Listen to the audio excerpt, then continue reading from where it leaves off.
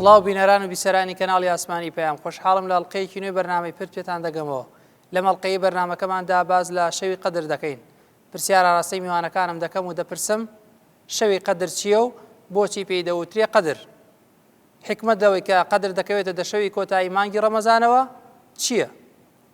بۆچی لە دەشەوی کۆتایی مانگی ڕەمەزانی پیرۆزدا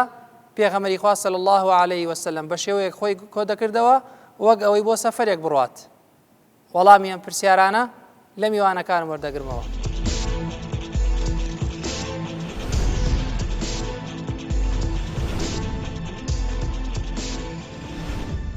وشەی قەدر لە ئەو ئاەتەی قورئانی پیرۆز یا لە سوورەتەی قورئانی پیرۆز وەرگیراوە کە خوای گەورە ناوی ئەم شەوەی هێناوە کە لە سوورەتی قەدرە إنا أنزلناه في ليلة القدر وما أدراك ما ليلة القدر ليلة القدر خير من 1000 شهر تنزل الملائكة والروح فيها بإذن ربهم من كل أمر سلام هي حتى مطلع الفجر. جاء زانایان ئەفەرمون کەلیمەی قەدر لە قورئاندا بە چەند معنایە کاتووە. یەکێک لەو معنایانەی قورئان کە کەلیمەی قەدر بە معنای تەعظیم و گەورە زانین و پیرۆز زانین. خوای گەورە لە ئاەتی قورئاندا فەرمێ وما قدر الله حق قدره. باس لە مشریکین و کافرەکانەکە کە ئەو کەسانەی کە تەعظیمی خۆیان نەکردووە، خوای گەورەیان بە گەورە و پیرۆز سیر نەکردووە. لەبەرەوە ئەم شەوە لە قورئاندا بە کەلیمەی قەدر هاتووە واتە بە معنای تەعظیم و گەورە و پیرۆز، شەوێکی پیرۆز. هەندێک تر لە زانایان دەفەرمون لە کەلیمەی قەدرەوە هاتووە بە معنای شاراوەیی و کەمی و تەزەیوق، یعنی قورئانیش فەرمێ ومن قدر عليه رزقه، ئەو کەسانەی کە ڕزقیان بەرتەسکە کەمە ئەوانە با بە معروف و چاکە تەعامل لەگەڵ ماڵەکە بکەن. جا ئەفەرمون لەبەر ئەوەی کە شەوی قەدریش شاراوەیە، دیار نییە، تەحدید نییە کام شەوە، بۆیە نامراوە شەوی قەدر. ئەو شەوەی کە نهێنیە و خوای گەورە بە حکمەتێکی خۆی بە نهێنی هێشتوێتەوە بۆ ئەوەی موسڵمانان هەموو ڕەمەزان، هەموو کاتەکانی ڕەمەزان بە دوای ئەو شەوا بگەڕێن و خۆیان ئامادە بکەن، خۆیان حازر بکەن. و بە معنایەکی تریش هاتووە کە بە معنای تەقدیرکردنی ئەرزاق و تەمەن و ئاجالی عەبدەکان کە ئەم معنایان تقریبا تۆزێ دوورە. يفرق فيها كل أمر حكيم بمعنى يقدر فيها. إنا أنزلناه في ليلة مباركة. خواهي قول الله قرآن على شويني ترى فرمي ما قرآن ما نادوته ولا شويكي مبارك داو تقديري رزق وروزي وأجلي صالة كمان تيا كردوا كأميان تقريبا معناه كي دور ترى لكوي معنى كان أو ما نبودرك بك وشيء قدر لە ڕێز و لە پیرۆزی و لە گەورەیەوە هاتووە کە لەو شەوەدا خوای گەورە لە مانگی ڕەمەزاندا لە شەوەکانی قەدردا یەکەم دەرگای وەحی کراوەتەوە بۆ پێغەمبەری خوا صلی الله علیه وسلم. قورئان هاتووەتە خوارەوە. قورئانیش تەبعاً دیارە کەلامی خوای گەورەیە و لە قورئان وەکو بڵێن لە بەرزترین پلەی قەدر و ڕێز و حورمەتدایە. لەبەرەوەی ئەم قورئان هاتووەتە خوارەوە قەدر و ڕێز بۆ ئینسانەکان گەڕاوەتەوە، قەدر و ڕێز بۆ دین و شکۆی دینداری گەڕاوەتەوە. ئەم شەوە نامراوە شەوی قەدر. شەوی قەدر یەکێکە لەو شەوە گەورە و گرنگانەی کە لە مانگی پیرۆزی ڕەمەزانە خوای پەروەردگار کردووەتی خەڵات بۆ ئومەتی پێغەمبەری خوا صلی الله علیه وسلم. لەبەرەوەی لەو شەوەیە خوای پەروەردگار ئەوێ خێرێکی زیاتر و گەورەیەکی زیاتر و شکۆمەندێکی زیاتر بە ئومەتی پێغەمبەری خوا بدات. شەوی قەدر ئەو شەوەیە کە تایە قورئان تایە نازڵ بۆتە خوار خۆگ و خوای پەروەردگار لە قورئانە فەرمی أعوذ بالله من الشيطان الرجيم بسم الله الرحمن الرحيم إنا أنزلناه في ليلة القدر وما أدراك ما ليلة القدر. ئێمە لەو شەوەدا کە شەوی ڕێزە، شەوی قەدرە، قورئانمان نازڵ کردووەتە خوارەوە و ئێوە توزان ئەو شەوە ڕێزە کامەیە. ئەو شەو ڕێزەوە لەیلەة القەدر خەیر من 1000 شهر. واتە ئەوەی کە شەوی لەیلەة القەدر ئەو شەوەیە کە خێر و عیبادەت و بەندایەتی تیا خێری 1000 مانگی هەیە. چونکە لەو شەوەدا جوبرەئیلی ئەمین و فریشتەکانی ئاسمان هەموو ئاسمان و دنیا ئەگەڕێن وهمو ئاسمان دنیا ئەگەڕێن و داوای بەرەکەت و ڕەحمەت و میهرەبانی خوای پەروەردگارەکەن تاو کاتی کا فەرمێ سەلام هي حتى مطلع الفجر وهتاوكو طلوع فجري نوێژی بەیانی خوای پەروەردگار بەرەکەتی خۆی و ڕەحمەتی خۆی و میهرەبانی خۆی دابارێنە بەسەر ئومەتی پێغەمبەری خوای صلی الله عليه وسلم. زانان لەبارەی شەوی قەدرەوە بۆچی ناونراوە شەوی قەدر سێ ڕایان هەیە. ڕای یەکەمیان ئەوەیە لەبەرەوەی ئالەو شەوەدا خوای پەروەردگار مراجعە بە ژیان و بە حەیات و بە تەمەنی ئەم ئینسانە ئەکاتەوە و هەر کەسێک لەو شەوەدا ڕێز و لەو شەوەدا عیبادەت و بەندایەتی ئەنجام دابێ خوای پەروەردگار ئینشاءڵڵا هەموو تەمەنی ئەو ئینسانە نورین و بەرەکەتدارەکە. خاڵێک تر لەبەر ئەوەی کە بۆیە پێی ئەوترێ شەوی قەدر لەبەر ئەوەی خۆی بۆ خۆی قورئان تایە نازڵ بۆتە خوارەوە و قورئان گەورەترین پەیامی ئاسمانە و چۆن پیرۆزترین پەیامی ئاسمانە پیرۆزترین کەلامی خوای پەروەردگارە. بۆیە خوای پەروەردگار ئەو شەوەی تیا هین کردووە تایە نورانی کردو خوای پەروەردگار ڕەحمەت و میهرەبانی خۆی تایە نازڵ کردووەتە خوارەوە. و خاڵێکتر لەبەرەوەی کە بەڕاستی پێغەمبەری خوا صلی الله عليه وسلم عبادەت و بەندایەتی زۆر تیا ئەنجام داوە. بۆی پێغەمبەر گیانە فەرمێ صلی الله عليه وسلم من قام ليلة القدر إيمانا واحتسابا غفر له ما تقدم من ذنبه. هەر ئینسانێک بتوانێت لە شەوی لەیلەة القەدرا بە ئیمان و بە دینداری و بە خواناسی و بە عیبادەتێکی جوانەوە زیندوی کاتەوە و سول لە کاتەکانی وەربگرێ خوای پەروەردگار لە گوناهەکانی لەو پێشی خۆش ئەبێ خوای پەروەردگار ڕەحمەت و میهرەبانی خۆی ڕژێنێ بەسەریە. لەبەر هەموو ئەمانە خوای پەروەردگار ئەو شەوەی خەڵال کردو بە ئومەتی پێغەمبەری خوا صلی الله عليه وسلم. شەوی قەدر زۆر واتا و مانای گەورەی هەیە. گەورەترین ناو و ناوەڕۆک بۆ قەدر کە ئەتوانین هەر بەوە ئیکتیفا بکەین ئەگەر هەر ئەوەندەش بێ بەسە بۆ گەورەی قەدر کە لە قەدرا ئینا ئەنزەلناه فی لەیلەتی القەدر. گەورەترین ناو و ناوەڕۆک ئەوەیە کە خوای پەروەردگار گەورەترین پەیامی خۆی کە قورئانە لە شەوی قەدرا دابەزاندووە بۆ سەر پێغەمبەری خوا صلی الله عليه وسلم. عەلی کوڕی عوبەیدیلا دەفەرمێت پەیامێکی ڕێزدار بۆ پێغەمبەرێکی بەڕێز بۆ ئومەتێکی خاوەن ڕێز لەلایەن بەڕێزترین مەلائیکەوە کە جیبریل دابەزی بۆ سەر پێغەمبەری خوا صلی الله عليه وسلم. کەواتە گەورەترین ڕێز و گەورەترین ناو و ناوڕۆکی قەدر کە شەوی ڕێزە ئەوەیە کە قورئانی تیا دابەزی. دووهەم لە واتاکانی قەدر بە مەعنا ئەڵضیق هەندێک تەفسیری دەکەن واتە تەسکی واتە پاڵەپەستۆ. ئەمش بۆ ئەو ناویان لێناوە وای تەفسیرەکەن لەبەرەوەی ئین المەلائیکەتە في تلك الليلة في الأرض أكثر من عدد الحصى. پێغەمبەری خوا فەرمی صلی الله عليه وسلم مەلائیکە لەو شەوە پیرۆزەیە زیاترن لە ژمارەی وردە بەردەکانی سەرزەوی. ئەوەندە مەلائیکان زۆرن پاڵەپەستۆیانە لە سەرزەویە. یا فەرمووی أن تطلع الشمس في صبيحة يومها بيضاء لا شعاع لها. ئەوەندە مەلائیکە دابەزیونەتە سەر ئاسمانی دنیا و سەرزەوی لە شەوی قەدرا ئەو ڕۆژە کە خۆر هەڵێت وەکو مانگ وایە تیشکی ڕۆژەکە نەماوە گەرمی نەماوە ئینسان ئەتوانێت بە ئاسایی سەیری بکە. مەلائیکە خۆیان نورن لەبەر زۆریان لە بینی ئەرز و ئاسمانە ئاسمانی دنیا تیشکی ڕۆژەکە کەمەکەنەوە. بە معنایەکی تر کە ابن قتيبة وتفسير دكا لتفسير أو آياتي فيها يفرق كل أمر حكيم. ده فرمي خواهي پروردگار لشوي قدرة لو شوية برياري يك صال بو بريوچوني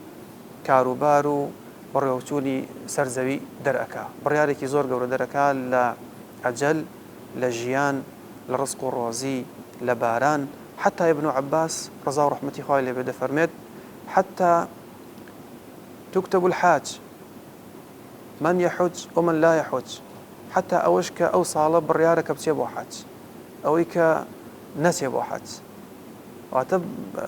فەرمانی بڕیاری فراوانی خوای پەروەردگار دەرەچێ ئەلەو شەوەیە بۆیە ئەو شەوە شەوی قەدرە. چوارەم خوای پەروەردگار بە تایبەت ڕێزی لەو شەوە گرتووە بەوەی کە گەورەترین و زۆرترین لێخۆشببوونی خۆی لەو شەوەیەدا ئەوەزێنێتە سەرزەوی بۆ ئینسانەکان. بزانە پێغەمبەری خوا صلی الله عليه وسلم فەرمووی هەر کۆمەڵە خەڵکێک لەو شەوەیە کە دائەنێشن لە ماڵێک لە ماڵەکانی خوا یا لە هەر جێگەیەکی تر کە زیکری خوای پەروەردگارەکەن وەختێک کە هەڵەسن مەلائیکە پێیان دەفەرمۆن قوموا مەغفورا لەکم پیرۆستان لێ موژدەتان لێبێ هەڵسن بە لێخۆشببوونی هەموو گوناهەکانەوە نەک هەر لە تاوانەکانیان خۆش بوون قد بدلت سيئاتكم حسنات بەڵکو خوای پەروەردگار هەموو خراپەکانیشی بۆ گۆڕیون بە چاکە. ئەوە کۆمەڵێک لە واتای قەدر بوو وە زۆر واتا و مەبەستی تریشی هەیە قەدر. شەوی قەدر جیاوازە لە هەموو شەوەکانی ساڵ کە ئێمە باسی ساڵێکەکەین 12 مانگە لە 12 مانگەکەیە مانگێکمانەیە مانگی ڕەمەزانە لە مانگی ڕەمەزانە 10 ڕۆژمان هەیە پێ ئەوێترێ شەوی لەیلەتوڵ کۆتایی مانگی ڕەمەزان لەناو ئەم دەشەوەشە لە چەنەها فەرموودا هاتووە کە شەوێکی تایە 27 پێ ئەوێترێ شەوی قەدر. دیارە ئەم شەوە زانایانە فەرموون خوای پەروەردگار جاري أقول إما سيئة القرآن كبكين شهر رمضان الذي أنزل فيه القرآن ماني رمضان ماني دابزيني قرآنش لم شو بيروزانا هاتو تخواروا بتايبد لشوي قدره دیارە زانایان ئەفەرمون خوای پەروەردگار ئەم قورئانەی لەلایەن خۆیەوە بۆ لەوح المەحفوظ ئەمە مەرحەلەی یەکەم. مەرحەلەی دووەم لە لەوح المەحفوظەوە بۆ بەیت العیزە لە بەیت العیزەش و مەرحەلەی سێم بەش دابەزیوەتە سەر پێغەمبەری خوا صلی الله عليه وسلم. دیارە ئیبن عەباس فەرمێت ئەم ئاەتانی کە لەم شەوە دابەزیوە بۆ سەر پێغەمبەری خوا صلی الله عليه وسلم بەڵام ئەسڵ وایە ئێمە نەڵێن ئیبن عەباس ڕەزا و ڕەحمەتی خوای لێبێ ئەسڵ وایە بڵێن پێغەمبەری خوا صلی الله عليه وسلم پرسیاری لێکراوە يسألونك بۆ نمونە عن الخمر والميسر ويسألونك عن ذي القرنين ويسألونك عن الخمر ويسألونك عن الأنفال يسألونك لقرآن زۆر هاتووە. دیارە ئەم بۆ ئەم شەوانی قەدری چۆن ئەوەتانێ کاتێکە یەهود بە قوڕەیژ ئەڵێن قوڕەیژ ئەڵێ ئێوە ئایا ئەم کەسێک کە ئێوە ئەڵێن دیعایی ئەکەن کە پێغەمبەری خوایە بڕۆن چەند پرسیارێکی لێ بکەن یەکێ لەو پرسیارانە پرسیاری یارانی ئەشکەوتی لێ بکەن پرسیاری ئەو پیاوەی لێ بکەن کە مەشریق و مەغریب گەڕاوە. دیارە ئەو بوو پێغەمبەری خوا صلی الله عليه وسلم قوڕەیژ هاتە لای پرسیاریان لێ کرد دەربارەیەکی دەربارەی یارانی ئەشکەوت و ئەو پیاوەی مەشریق و مەغریبی بڕیوە. پێغەمبەری خوا صلی الله عليه وسلم فەرمووی سپێنێ جوابتان ئەدەمەوە. دیارە کە ئەمەوت خوای گەورە تای قەدەری خواوا بوو تا 11 ڕۆژ وحی نەهات ولا تقولن لشيء إني فاعل ذلك غدا إلا أن يشاء الله. خوای پەروەردگار وەکو شێوازێ بۆ پێغەمبەری خوا صلی الله عليه وسلم ڕەخنە ئامێزێکی خۆشەویستانە فەرمووی تۆ کاتێک بڕیار مەدە پێت ئەڵێن سبەینێ مەڵێ سبەینێ جوابێم و هەتا نەڵێ إلا أن يشاء الله. ئەمە پرسیارە بەڕاستی. دیارە ئەم شەوانی قەدریش پرسیار کراوە لە پێغەمبەری خوا صلی الله عليه وسلم ئایا شەوی قەدر چییە؟ شەوی قەدر جیاوازە لە هەموو شەوەکانی ساڵ لە هەموو شەوەکانی ڕەمەزان. لەیلەة القەدری خەیر من ئەلف شەهر. ئەی جیاواز نییە؟ خێری زیاترە عیبادەتی شەوی قەدر بەفیر و بەرەکەترە و جوانتر و بەڕێزترە لە هەموو عیبادەتی 1000 مانگ. سبحان الله 1000 مانگ کە 80 ساڵ بەرەو ژوورەکە. دیارە ئەم شەوە ئالەوە هاتووە و شتێکی تر ئەوەترێ ئەمەش هەر بەڕاستی لە فەرموودا هاتووە کە پێغەمبەری خوا صلی الله عليه وسلم ئێمە جارێ ئەمە بۆچوونی زانان ئەفەرموو خوای پەروەردگار لە شەوی قەدرە هەموو شتەکان دیاری ئەکا. چۆن پێغەمبەری خوا صلی الله عليه وسلم ئەفەرمێ مانگی ڕەمەزان شهر رمضان أوله الرحمة وأوسطه مغفرة وآخره عتق من النار. باشە دیارە ئەمە زۆر گرنگە ئێمە ئاخری مانگی ڕەمەزان کەیە ئەم دەشەوەیە ئەم دەشەوە خوای پەروەردگار ئاخره عتق من النار ڕزگارکردنی کێیە ئەو کەسانن کە داوای لێ خۆشبوون لە خوای پەروەردگارەکەن یان لەو دەشەوە عیبادەت و خواپەرستیەکەن خوای پەروەردگار لەو شەوەیە ڕزگاریانەکە لە ئەگری جەهەنم. بە نمونە بێڵین ئەگەر پەلەم لێ نەکەی بە نمونە بێڵین ئیسا بڵین ئەم کەناڵیە بەڕێزەی ئێوە کەناڵی پەیام لە کەناڵی پەیامە بەرنامەیەگەی ناوی بەرنامەی بەخشینە بانگەوازەکە ئەبینێت گرتەیەکی ڤیدۆیی بڵاوە کاتەوە ئایلەیەک خەریکە خانوویکیان بەسەرا ڕوخێ سەیرەکەی خێرخوازی ئاگای لێ ئەم خێرخوازە ئەیەد لەم مانگی ڕەمەزانە نوێژی نەکردووە گوناهێکی زۆری هەیە بەڵام ڕەحم و سۆز و بەزەی ئەجوێ لەبەر خاتی خوایەت ئەبەخشێت ئەڵێ ئەم ماڵە خەریکە ئەم ماڵێ ئەم خانوویان بەسەرا ئەڕوخێ ئەوە من لەبەر خوای گەورە خانوویکیان بۆکەم یە لەم دەشەوە شادانیشێ ئەوە بەڕاستی عتق من النار ئەمە ڕزگاری بوو خوای گەورە کاتی بۆ دیاریکێ ئەمە لە ناو لیستی ئالی جەهەنەما بوو بەڵام بەچی بە جوهدی خۆی یان خێر و سەدەقا دەفعی بەڵایە بەڕاستی بۆیە ئومێدمان وایە ئینشاءالله ئێمە لێرەوە داوا لە هەموو مسلمانانی جیهان بە تایبەت مسلمانە ئازیز و بەڕێز و خۆشەویستەکانی کوردستان با ئەم دەشەوە خۆمان خێزانمان مناڵمان باوکمان هەموو لایەک دراوسێکانمان کەس و کارمان من لێرەوە بە هەموو کەس و کار و خزمی خۆمەڵێم لەم شەوەیە بە هەمومان بچینە ناو مزگەوتەکانەوە لە خوای گەورە بپارڕینەوە داوی لە خۆشبوون لە خوای گەورەکەین بۆ گوناهەکانمان وڵاتمان پڕ بێ لە خێر و بەرەکەت پڕ بێ لە تەبایی خوای گەورە لێمان خۆش بێ قەبرمان بۆ ڕووناکە لە قیابەتمان سەربان بەرز بێ داوای بەهەشتکەین و خوای پەروەردگار لە ئاگری جەهەنەمیشمان پارێزێت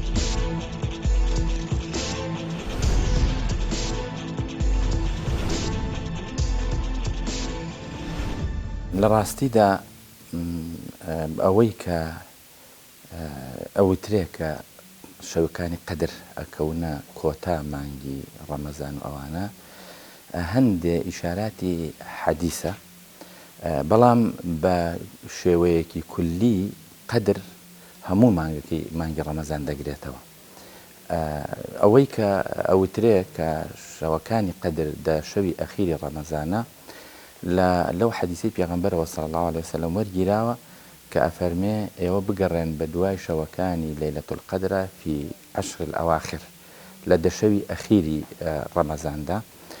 وئیلا ڕەمەزان هەمووی مبارەکە هەمووی شەوەکانی قەدرە هەمووی پیرۆزە و فەرمودەیەکی تری پێغەمبەری خوا صلی الله عليه وسلم کە ڕەمەزان دابەژەکە بە سێ بەش ئەفەرمێ ئەوەله الرەحمە أوسطه المغفرة وآخره عتق من النار جاء لفرمودية تردا أفرمي همو شويك خواهي قورا لبندكاني خوشة بيه بعددكي زور تا دشوي أخير رمضان ولأخير شوي رمضان دا لأخير شوي قدر رمضان دا خواهي قورا لهمو أو روجوانا خوشة بيه كروجي رمضان يعني قرتوه فرميان أي بيغمري خواه بوچي لأخير شوي رمضان دا پێغەمبەری خوا فەرمێ باشە ئەو کەسێک کە ئیش ئەکا و عەمەلەکا و کرێکاری ئەکا ئوجرەکەی کەی وەرەگرێتەوە فەرموویان ئەخیری ڕۆژەکە فەرمووی دەی خوای گەورەش لە ئەخیری مانگی ڕەمەزان و لە دەشەوی ئەخیری مانگی ڕەمەزاندا خوای گەورە و بە تایبەت لە شەوی ئەخیری ڕەمەزاندا خوای گەورە ئەجر و پاداشتی ڕۆژوانەکان ئەداتەوە و لە گوناهیان خۆشە بێ و لە وەک بڵێن ئەم دەشەوەی ئەخیر بریتە لە ئەوەی کە ئەم ئینسانە ئەم ڕۆژەوانە ئەم مسلمانە دە ڕۆژە یا 20 ڕۆژە ئیشەکە کارەکە ئیتر یەواش یەواش بەرەو ئەوە ئەچێت کە ئوجرەکەی وەربگرێتەوە هەروەکو چۆن کرێکارێک لە دوای نیوەڕۆوە تر دڵی خۆشترە لە بەرەوەی بەرەو تەواوبوونی ئیشەکەی ئەچێ و بەرەو وەرگرتنی ئەجرەکەی ئەچێ لە دەشەوی ئەخیری ڕەمەزاندا ئیتر ڕەمەزان بەرەو تەواوبوو نەچێ و ئەم مسلمانە چاوەڕوانی ئەجر و پاداشتەکەی و چاوەڕوانی ئەوەیە کە ڕەمەزان تەواو ببێ و من صام رمضانا إيمانا واحتسابا غفر له ما تقدم من ذنبه وەختێک کە کەسێکە خەریکە مژدەی ئەوەی پێ ئەدەن کە سبەینێ کاردووە ئەگریتەوە بەڵام دەرچووی و ناجح بوویت و دەرەجەی باشە تێناوە بێگومان دڵخۆشە لەبەر ئەوە کە ئەخیری ڕەمەزان بریتە لە وەرگرتنەوەی ئەجر و پاداشت لە وەرگرتنەوەی نەتیجە لەو نەتیجەیە کە تۆ 20 ڕۆژە 25 ڕۆژە ئیشت بۆ کردووە ئێستا لە دەی ئەخیری ڕەمەزان بە تایبەتی لە شەوەکانی 27 و 29 شەوە تاکەکاندا کە پێغەمبەری خوا صلی الله علیه وسلم فەرمێ بە دوای لەیلەة القەدر بگەڕن لە شەوە تاکەکاندا ئیتر ئینسان دڵخۆشە بەوەی کە ئەوە 20 ڕۆژە 25 ڕۆژە مثلا 27 ڕۆژە ئیشی کردووە یەواش یەواش بەرەوە ئەچێکە ئەجر و پاداشتەکەی وەربگرێتەوە بێگومان خوای گەورەش پاداشتەکان ئەخاتە ئەخیری عەمەلەکە تا عەمەلەکە نەکرێ پاداشت نییە بەڵام کە عەمەلەکە ئەنجام درا ئیتر پاداشتەکەیش ئامادەیە و حازرە و کە پێغەمبەری خوا صلی الله علیه وسلم فەرمێ خوای گەورە لە هەموو شەوێکی ڕەمەزاندا بانگ ئەکا لە بەهەشت ئەفەرمێ بەهەشت خۆت بڕازێنەرەوە بۆ ڕۆژەوانان بۆ ئەوانەی کە بە ڕۆژوو بوون خۆت جوان بکە خۆت تەزیین بکە ئەوە خەریکە ئەوان بەرەو تۆ دێن هەر ڕۆژێکە لە ڕەمەزان ئەگرن بەرەو ئەوە ئەچن کە لە دەرگای ڕەیانەوە بچنە بەهەشتەوە و بەهەشتیش خۆی ڕازێنێتەوە بۆ ڕۆژەوانە. دوای ئەوەی کە خوای پەروەردگار مانگە ڕەمەزانی کرد بە خەڵات بۆ ئومەتی پێغەمبەری خوا صلی الله عليه وسلم، خوای پەروەردگار ئەم دەشەوەی ئەخیری وەکو خەڵاتێکی گەورەتر داناوە بۆ ئومەتی پێغەمبەری خوا صلی الله عليه وسلم کە عیبادەت و بەندایەتی زیاتر تیا بکەن. پێغەمبەری خوا صلی الله عليه وسلم وەکو حەزرەتی عایشە فەرمێ لە شەوی یەکەمیا پێغەمبەری خوا صلی الله عليه وسلم عیبادەتی ئەکرد و ئەشخەوت، بەڵام لە دەشەوی ئەخیرا پێغەمبەری خوا صلی الله عليه وسلم خۆی کۆ کردبووە تەنها خەریکی عیبادەت و بەندایەتی و خواناسی بوو. حکمتێکی تر لەو حکمتانە ئەوەیە کە بەڕاستی خێر و فەڕ و بەرەکەتێکی گەورە لە مانگە ڕەمەزانە هەیە بۆ ئەوەی ئەم ئینسانە بەڕاستی ئەو خێر و بەرەکەت و فەڕ و میهرەبانی خۆی پەروەردگاری لە دەست نەچێ، بە تایبەتی کە لە دەشەوی ئەخیرا، چونکە دەشەوی ئەخیر وەکو لە فەرمودەی ترا هاتووە خوای پەروەردگار گردنی ئەم ئینسانە لە ئاگری جەهەنەم دوور ئەخاتەوە و گەرنی ئەپارێزێ. لەبەرەوە هەموو کاتەکانی ئەم مانگە پیرۆزی ڕەمەزانە بە تایبەتی دەشەوی ئەخیر بەڕاستی گرنگە و پیرۆزە کە ئینسانە سوودیان لێ وەربگرێ و بە جوانی و بە چاکی عیبادەت و بەندایەتیان تیا بکە تاوەکو بەهۆیەوە ڕەزامەندی خوای پەروەردگار و سەربەرزی قیامەتی دەستکەوێت. شەوی قەدر دەکەوێتە کۆتایی دەشەوی کۆتایی مانگی ڕەمەزان. حکمەتی زۆر گەورەی تایە. یەکەم ئێمە ئەزانین لە ئیشوکاری دنیایی و دینیشمانە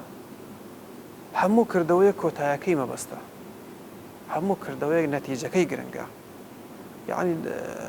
لە سەرەتا مانگی ڕەمەزان ئێمە 20 شەوە لە عیبادەتین، 20 شەوە لە بەندایەتیین، گرنگ کۆتایەکەیەتی. إنما الأعمال بخواتيمها پێغەمبەری خوا فەرمی صلی الله عليه وسلم کردەوەی ئینسان بە خاتیمەکەی نەتیجەکەی ئەیا بەدەستی ئینسانەوە، خاتیمەی ئەو ئینسانە لە کۆتاییە چۆن ئەگەڕێتەوە بۆ لای خوای پەروەردگار. وختامه مسك پێغەمبەری خوا فەرمی صلی الله عليه وسلم ئینسانی وا هەیە کردەوەی جوانەکە لە سەرەتایە کردەوەیەکەکە کە مستحقی پاداشتە، مستحقی بەهەشتی خوای پەروەردگارە، بەڵام لە ئاخیرە لەو ڕاستە ڕێگە لەو کردەوە جوانانە وازێنێ کردەوەی خراپەکە و دەبێتە مای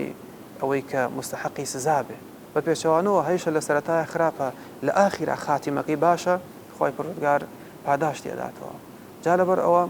کۆتایی دەشەوی مانگی ڕەمەزان پیرۆستترین شەوە لە ساڵە، هەر لەبەر ئەوەیە کە خراوەتە ئەو دەشەوەی کۆتایی و زۆر حکمەتی تری تایە. عوبادەی کوڕی سامت ڕەزا و ڕەحمەتی خوای لێبێ دەفەرمێت پێغەمبەری خوا صلی الله عليه وسلم لە ماڵی خۆیان دەرچوو کە دەرچوو خوای پەروەردگار ئاگاداری کردبەوە کە شەوی قەدر لەکەیایە. ئەویش دەرچوو دەفەرمێ بۆ ئەوەی بە هاوڵان بڵێ بیزات لە مەوعیدی شەوی قەدر کەیە. دەفەرمێ کە بینی لە ماڵ کە دەرچوو دوو پیاو خەریکن بۆ بە شەڕیان، قسەیان لە یەک بەرز بۆتەوە خەریکە پەلاماری یەکە بن. پێغەمبەری خوا صلی الله عليه وسلم مەشغوڵ بوو بەو دوو پیاوەوە،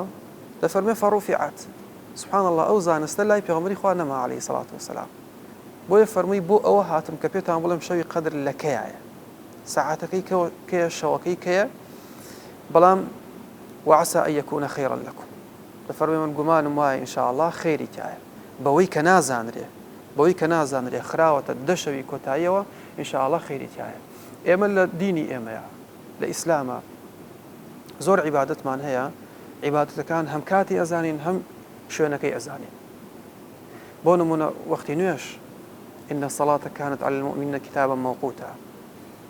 الحج أشهر معلومات کاتەکانی حەج دیاری کراوە، ڕۆژوو معلومە لە بانگی ڕەمەزانایە و وەختەکەیشی لە فەجری دووهەم تا مەغریب. زۆر عیبادەتیمان هەیە. زەکات وەختێک کە سەرۆت و سامانەکە ساڵی بەسەر هاتێ پەڕی لە مەوعیدی خۆیان زکاتی لێ واجب بووە هەندێک عیبادەتمان هەیە پێغەمبەری خوا صلی الله عليه وسلم خوای پەروەردگار بە حکمەتی خۆی بۆی دەستنیشان نەکردوین کاتەکەی بۆ دیاری نەکردوین لەوانە پێغەمبەری خوا فەرمی صلی الله عليه وسلم لە شەو ڕۆژی جومعەیە سەعاتێکی تایە ئینسان تایە دوعای قبوڵە ئەو سەعاتە دیاری نەکرد کە فەرمووی لە دوای عەسرەوە تا مەغریبە یان وەختی مردن ئەجەل کەس نازانێ ئەجەلەکەی لەکەیایە یا ئەسماء والصفات پێغەمبەری خوا پاڕایەوە فەرمووی نسألك بكل اسم هو لك سميت به نفسك أو استأثرت في علم الغيب عندك دێت دەپاڕێمەوە خوایە بەو ناو و سیفەتە پیرۆزانەی کە هێشتا لای خۆتن کە زۆر ئەسما و سیفات هەیە بۆ ئێمەت بەیان نەکردووە شەوی قەدریش یەکێکە لەو عیبادەتانی لەو شەوانەی کە دیاریکراو نییە بۆ دیاریکراو نییە لەبەرەوەی کە ئینسان بۆ تەعزیمی ئەم شەوانەیە ئەگەر دیاری بکرا هەر شەوێک بە گەورە ڕائگیرا نۆشەوەکی تر واز لێ ئەهێنرا ئێستا هەر دەشەوەکە گەورەیە ئەگەر دیاری بکرای هەر لە شەوێک زیندوو ئەکرایەوە ئێستا هەر دەشەوەکە زیندوو ئەکرێتەوە حکمت لەو دەشەوە ئەوەیە کە ئێمە بەڕاستی لە پرسیار یەکەمە لە کۆتایە ئەوم باس کرد با ئێمە هەمومان بەدەستە جەمعی مسلمانان هەموو ڕوو لە مزگەوتەکان بکەین لەم دەشەوەیە با بڕیار بدەین ئەوانەی توانایانی مەجالیان هەیە با لەم دەشەوە ئەعتیکاف بکەن ئەگەر بۆیان نەکرێ ئەگەر ئەعتیکاف لەم دەشەوەیە کەسێ با بڵین شێوازی ئەعتیکاف بەم شێوەیە ئەگەر کەسێ بڕیاری یا ئەم دەشەوە لە مزگەوتە ئەعتیکافەکە ئەعتیکاف بە معنای مانەوە ئەبێ ئەم دەشەوە چی بکە لە ناو مزگەوتە بمێنێتەوە اللهم بۆ خۆشەوەردن نەبێ یا بۆ حاجەیەکی زۆر زەرور نەبێ دروست نییە بۆ نانخواردنیش بچێتە دەرەوە چونکە پێغەمبەری خوا صلی الله عليه وسلم وای کردووە ئێمەش مادەم ئەبێ ئێمە وەلەکم فی رسول الله ئوسوة حەسەنە ئەبێ لە پێغەمبەری خواوە ئاەتەکەش کە ئەفەرمێ ولا تباشروهن وأنتم عاكفون في المساجد ولا تباشروهن بەڕاستینە ئەو کەسانێکی ئەعتیکافەکەن بێ زۆر ئاگایان لەوە بێ مباشرەی خێزان نەکەن لە مانگی ڕەمەزانە ئیعتیکاف بە معنای ئەوەی ئەبێ خۆمان بگرینەوە لە هەموو لەزەت و خۆشیەکانی دنیا بۆیە ئەو دەشەوە تایبەتە تۆ هاتووی خۆ دوورخستۆتەوە لە غەیبەت لە بوختان لە قسەی نادروست ئەو هەموو قسەیەکە ئەبیسێ لە ناو ئەو هەموو ناڕەحەتی و ناخۆشی و بیستن لەملا و لەولا ئەوە باسەکە لەو ڕاگەیاندن لەملا تۆ خۆت لەمانە دوور ئەەکەیتەوە خۆ ئەمەوە نیە هەموو تەمەنێ ساڵەکە هەمووی تەرخانکەی بۆوە بەڵام لەبەر ئەوەی ئەم دەڕۆژە دەڕۆژی پیرۆزە جیاوازە لە کاتەکانی تر لە ڕۆژەکانی تر ئەم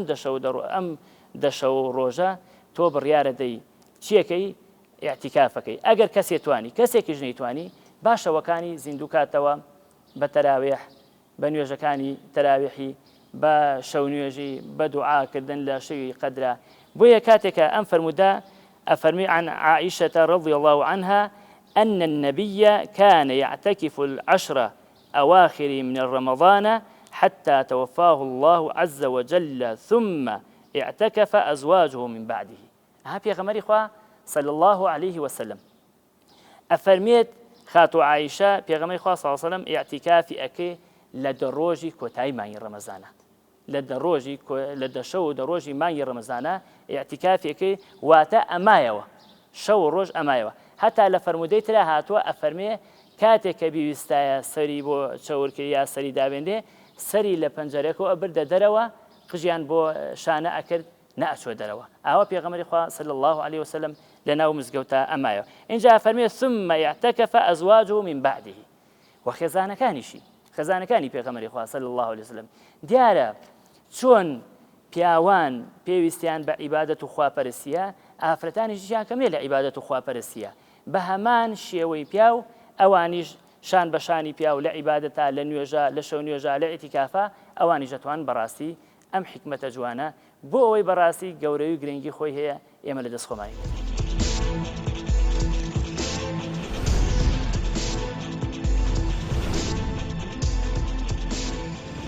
وەک ئەرزم کردی کە وەکو کەسێک وەکو زارعێک وەکو کەسێکی برایەکی فەلاح کە زەراعەتێک ئەوەشێنێ تۆوێک ئەوەشێنێ بەڵام چڕبوونەوەی ئیشی فەلاحەکە لەکوێدایە لەو کاتەدایە کە بەروبوومەکە ئەچنێتەوە لەو کاتەدایە کە حەساد و درێنە ئەکا پێغەمبەری خوا صلی الله علیه وسلم خاتو عایشە بۆمان دەگێڕێتەوە دایکی مسلمانان ئەفەرمێ ئەگەر دەشەوی ئەخیری ڕەمەزان ئەهات پێغەمبەری خوا صلی الله عليه وسلم شد ئەزرەه و ئەیقەض ئەهله پشتوێنی بۆ ئەبەست و ماڵ و مناڵیشی خەبەرە کردەوە تا بەیانی شەو نوێژی ئەکرد تا بەیانی دوعا و پاڕانەوەی ئەنجامەدا وەک عەرزم کردی کە دە شەوی ئەخیری ڕەمەزان شەوی کۆکردنەوەی حاصڵاتە شەوی کۆکردنەوەی ئەجر و پاداشتە شەوی کۆکردنەوەی ئەو زەراعەتەیە کە خلالی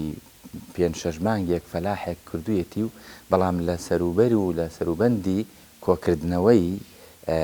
با بڵێن سەمەرەکەدا زیاتر خۆی ماندووەکە زیاتر ئامادە ئەبێ زیاتر چاوی لەسەر زەراعەتەکەیەتی بۆ ئەوەی کە حاصڵاتەکەی یەتە بەردەسی پێغەمبەری خوا صلی الله عليه وسلم 20 ڕۆژ مسلمانان بە ڕۆژوو بوون لە دەشەوی ئەخیری ڕەمەزانە ئیتر کۆکردنەوەی حاصڵاتە زیادکردنی ئەو خێر و چاکانەیە و خستنە سەر مڵۆیەکی زیاتری عیباداتە بۆیە کە لە دەشەوی ئەخیری ڕەمەزانە کە بەرزبوونەوەی کردەوەکانە بەرزبوونەوەی نامەی ئەعمالە و خەریکی حسابات و تەصفیاتە لە بینی ئەهلی ئەرز و ئەهلی ئاسماندا حتا لە فەرمودەدا هاتووە کە پێغەمبەری خوا صلی الله علیه وسلم فەرمێ لە دەشەوی ئەخیری ڕەمەزاندا خوای گەورە دێتە ئاسمانی دنیاوە سەیری ئەهلی زەوی ئەکا سەیری ڕۆژوانان ئەکا سەیری ئەهلی ئەو کەسانە ئەکا کە بۆ لەیلەة القەدر دانیشتون و هەر کەسێکیش معلومە خوای گەورە یەک جار بە نەزەری ڕەحمەت و بە چاوی ڕەحمەت سەیری کرد ئیتر خۆ عەزاب ناچێشێ و ناچێتە جەهەنەم و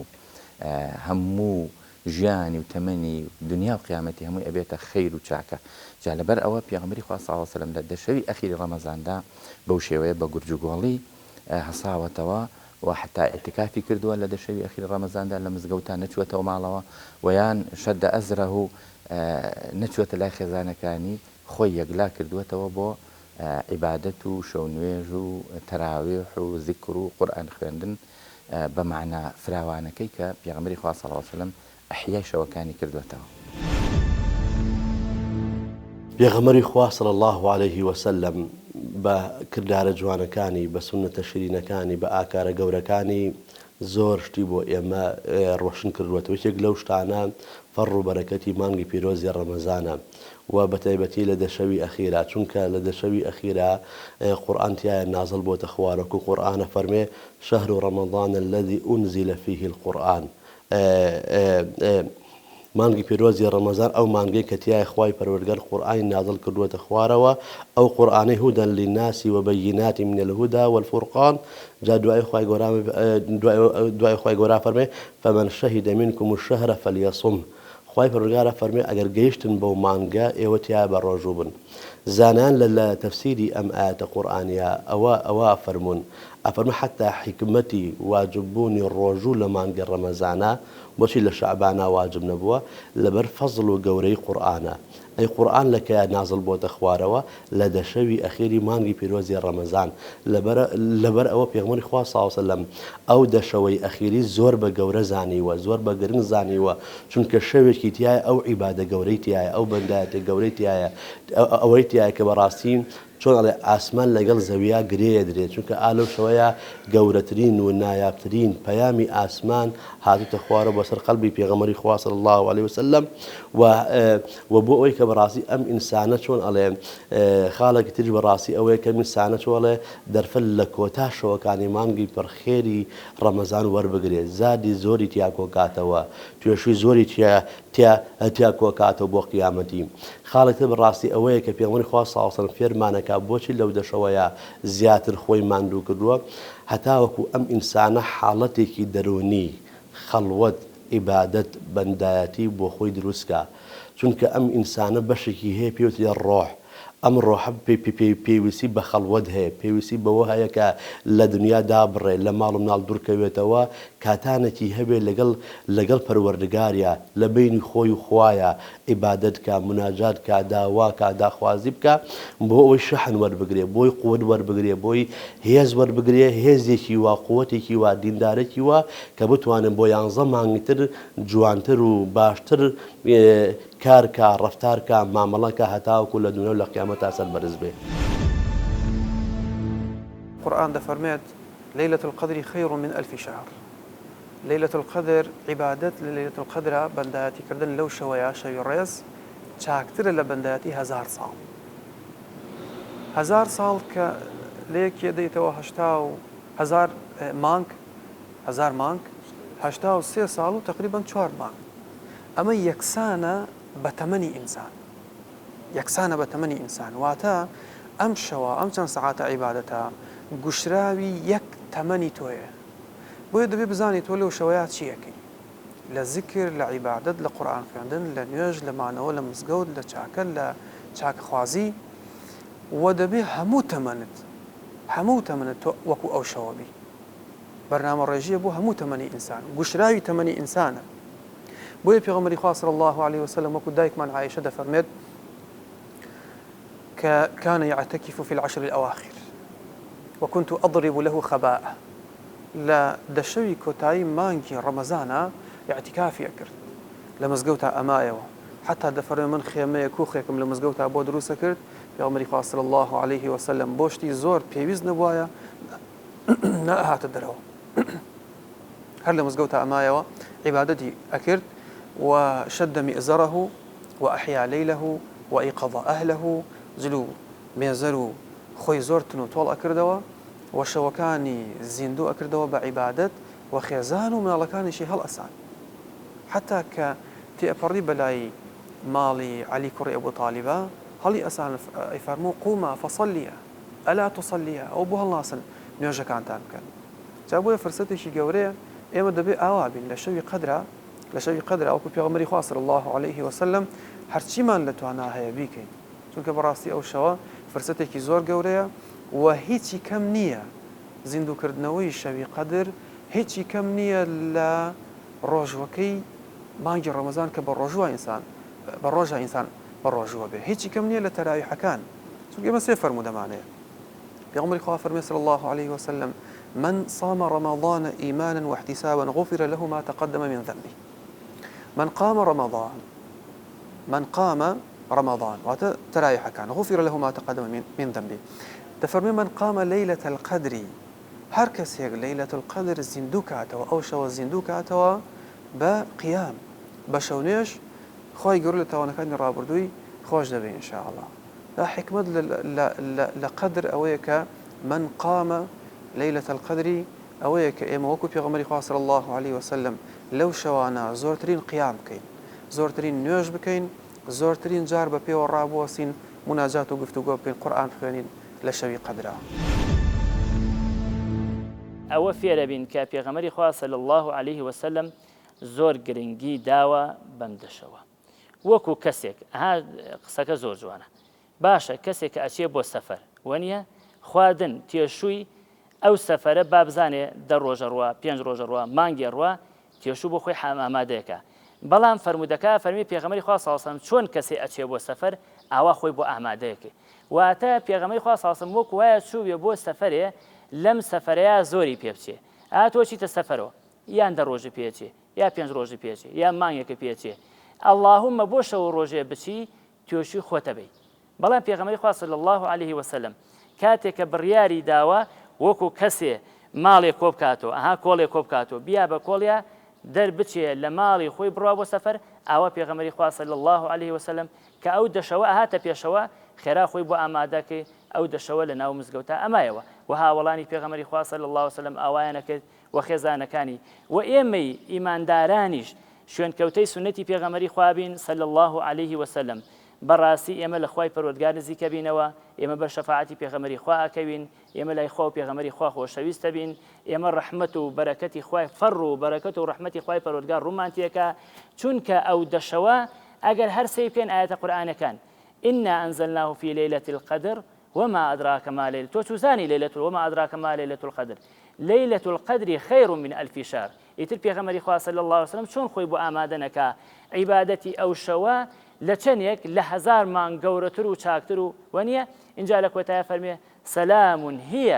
حتى مطلع الفجر بۆچی سەلام لەبەری ئەو شەوە شەوێکی پڕ لە ئاشتی و خۆشی و هێمنیە سەلام حتى مطلع الفجر بۆ لەو شەوە تەنەزەل المەلائکة والروح لەو شەوەیە بە هەزارەها مەلائیکەدا ئەبەزن لە ناویانە جوبرائیل سەلامی خوای لەسەر بێت ئەو شەوە دیانە خوارەوە بە هەموو مزگەوتەکانی دنیاە ئەگەڕێن لە هەر شوێنێ مسلمانان دانیشتە بن زیکری خوا بکەن وحەفەتهم المەلائیکە وغەشیەتهم الرەحمە بەڕاستی مەلائیکە دەورەیانە دەن سەکینەتی خوای گەورەدا ئەبارێ وەخوای پەروەردگار لەو شوێناکە ئەوان باسی خواکەن خوای گەورە لە لای کۆمەڵێ لەمان باشتر باسی ئێمە ئەکات ئەفەرمێ سەی بەندەکانم کەن بۆچی لەو شەوەشا فەرمودەیەکی ترێ ئەگەر کات مابێ کێمە ئەمە بەڕاستی ئیذا کانە ثلث الليل چکە کۆتایی شەو بەتایبەتی الباقي يهبط الله عز وجل خوای پەروەردگار یەتە ئاسمانی یەکەم بەڕاستی ئێمە ئەمە چاک بیری لێکەینەوە تۆ رب العالمین یەتە ئاسمانی یەکەمە فەرمێکی إلى السماء الدنيا تفتح أبواب السماء هەموو دەرگاکانی ئاسمان لەسەر پشتە لەو شەوەیە چی خۆش شەوێ لەو شەوە خۆشترە چی شەوێ لەو شەوە جوانترە چی شەوێ لەو شەوە قەدر گرانترە شەوێک لەو شەوە ئێمە ناتوانین بەڕاستی ئەو نەوەسف کراوە اینجا بۆیە فەرمێ خوای گەورە فەرمێ هەل من سائل يعطى ئایا چێ داوای شتێکم لێکە چێ داوای لێخۆشبوون مەکە لێخۆشبوونەکە لێخۆشبوون چێ داوای ڕزقی حەڵاڵەکە ڕزقی حەڵاڵی بمێ چێ داوای منداڵی ساڵحەکە منداڵی ساڵحی بمێ چێ داوای شیفای نەخۆشەکە شیفای نەخۆشەکەی بم بۆیە بەڕاستی ئێمە ئەو شەوە شەوی ئەوەیە ئێمە هەموو دوعا جوانەکان و بەجێ و شەرعەکان بکەین بۆی خوای پەروەردگار ڕەحمان لێ بکە داوا لە خوای پەروەردگارەکەین خوای پەروەردگار هەموو لایەکمان وەفەقە خوای پەروەردگار سەربەرزماکە و خوای پەروەردگار بەم شەوی لەیلەتول القەدرە مانگەێنێ کۆتا فەرمودەی پێغەمبەری خوا صلی الله علیه و سلم کە هەر لە سەرەتاوە حەزم کرد لە خزمەتەم فەرمودام من قام ليلة القدر